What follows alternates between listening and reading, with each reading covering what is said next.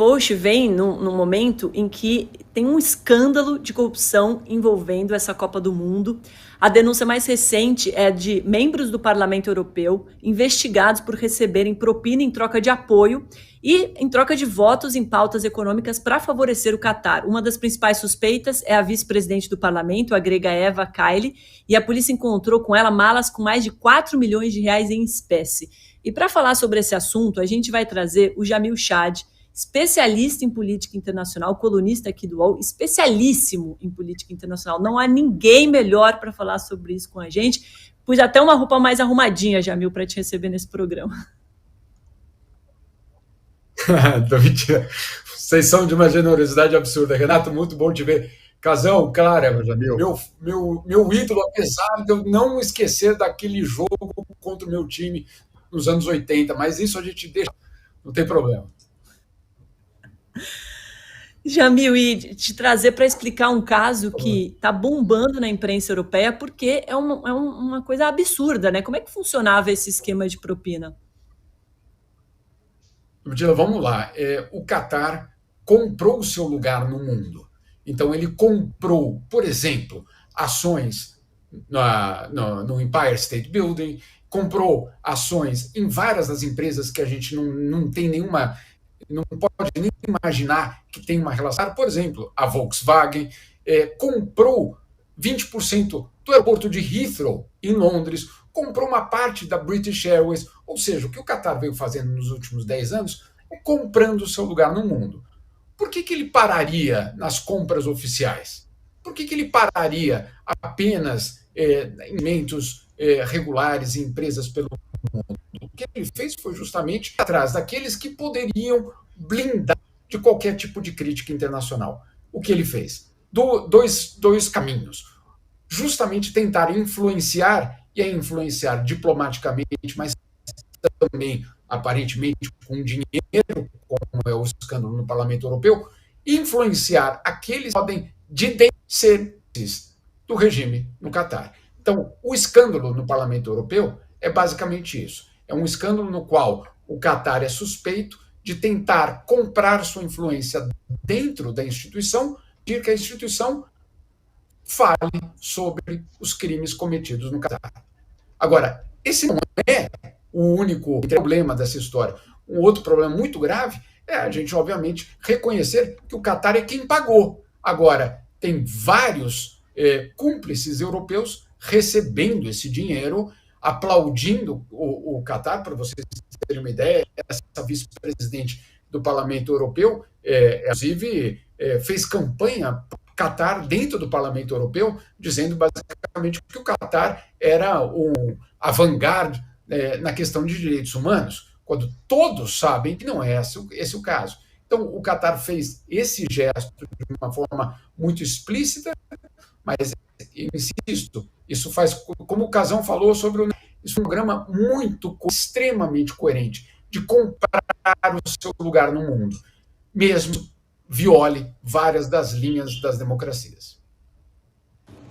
Em novembro, o Parlamento Europeu tinha discutido a situação dos direitos humanos aqui no Catar e pediu que a FIFA indenizasse as famílias dos trabalhadores imigrantes que morreram na construção do estádio, que é um assunto que a gente falou muitas vezes aqui, mas que não vai além, porque, entre outras coisas, por causa desse esquema de corrupção. A Eva, essa que a gente citou, foi uma das deputadas que saíram em defesa do Catar, dizendo que o país é pioneiro em direitos trabalhistas. Obviamente, o governo catari nega as acusações. E parece que, além dessas malas de dinheiro, a polícia belga também descobriu que eram pagos presentes aos parlamentares, como viagens, né, Jamil?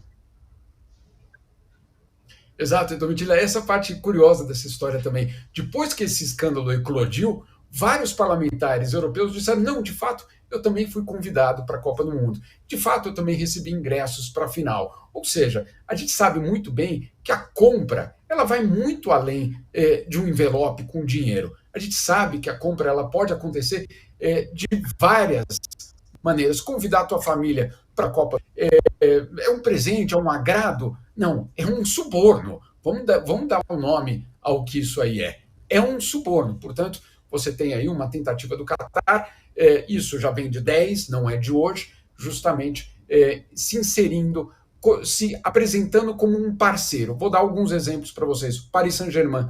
Paris Saint-Germain é resultado, a compra do PSG pelo Qatar é resultado não de um interesse esportivo. O que aconteceu antes da compra? Existiu um pacto entre o então presidente francês Nicolas Sarkozy e o emir do Qatar. Para que esse pacto? Um pacto de aproximação dos dois países e, claro, dos dois líderes. E que isso envolveria uma série de investimentos do Qatar na França.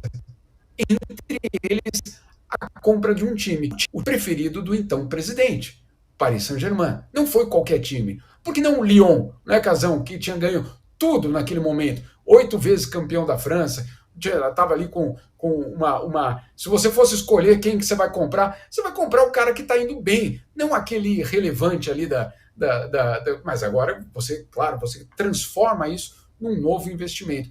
O Qatar não comprou só o Paris Saint-Germain, comprou todos os direitos de televisão do campeonato francês. O que é comprar os direitos de televisão?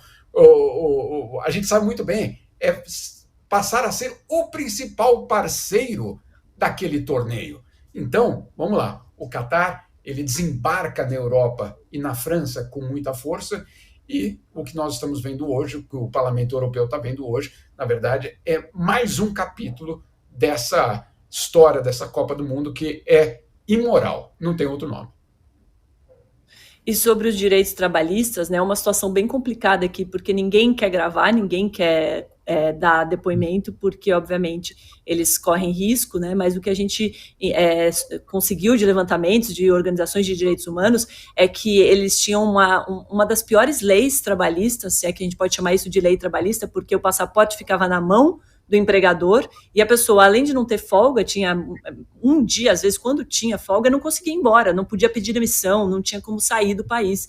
E eles, agora, para receber os convidados da Copa do Mundo, eles tentaram maquiar isso, e a gente não sabe nem o número de funcionários que foram mortos trabalhando nas obras dos estádios, num calor altíssimo, num verão com temperaturas mais de 30 graus todos os dias, né? Então, como não tem transparência, a gente não consegue saber exatamente o que está acontecendo, né, Jamil? Domitila, sabe que eu fui em 2012, eu fui para o Catar justamente para começar a fazer essas matérias justamente sobre essas obras. Naquele momento, esse sistema ainda funcionava. Vou tentar aqui resumir esse sistema, porque e aí eu peço talvez para o Casão dar um nome para esse sistema, porque eu não consigo pensar em outro nome, mas eu tenho certeza que a criatividade do Casão ele vai conseguir. Você é um trabalhador no Nepal, você chega no Catar e aí você passa a trabalhar para um empregador na obra, na construção de um estádio. Você entrega o seu passaporte para aquele empregador.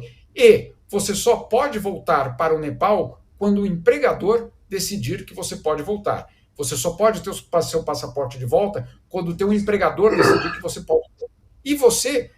se você ali estava trabalhando na obra, de repente encontrou um emprego na lanchonete ali da cidade, não, você não podia nem mesmo trocar de emprego. Outro detalhe, você não podia morar com o restante da população do país. Você precisava morar justamente em compounds, em áreas reservadas só aos operários. E não podia sair de lá apenas em determinados momentos do dia. Que nome a gente dá para isso, hein, Casão? Escravidão. Além de trabalho escravo, é um sequestro, né? Sequestro. Quando você entra no país, os caras te tomam um passaporte. Agora, você só tem que trabalhar para determinada pessoa. Você não pode morar com as pessoas do país, você está sendo sequestrado, né? Tomar o seu passaporte é sequestro. Exato. Além do trabalho escravo, né? Exato. Aí, olha só, obviamente. Exato. Exatamente. Aí olha só o que faz o Qatar. Quando as obras já estavam concluídas, aí o Qatar anuncia que parte dessas regras seriam modificadas. Claro, não tinha mais necessidade de você importar trabalhador. Claro, óbvio, eu vou abolir a escravidão quando eu parei de plantar cana. Ok, né? Você não vai plantar mais cana mesmo. Então, achar que o Qatar, então, que a Copa do Mundo, então, serviu para o Qatar reformar as suas leis, é mentira, é mentira. Enquanto eles construíram os estádios, o sistema prevaleceu. Ele só acabou quando não era mais necessário você ter esse sistema implementado.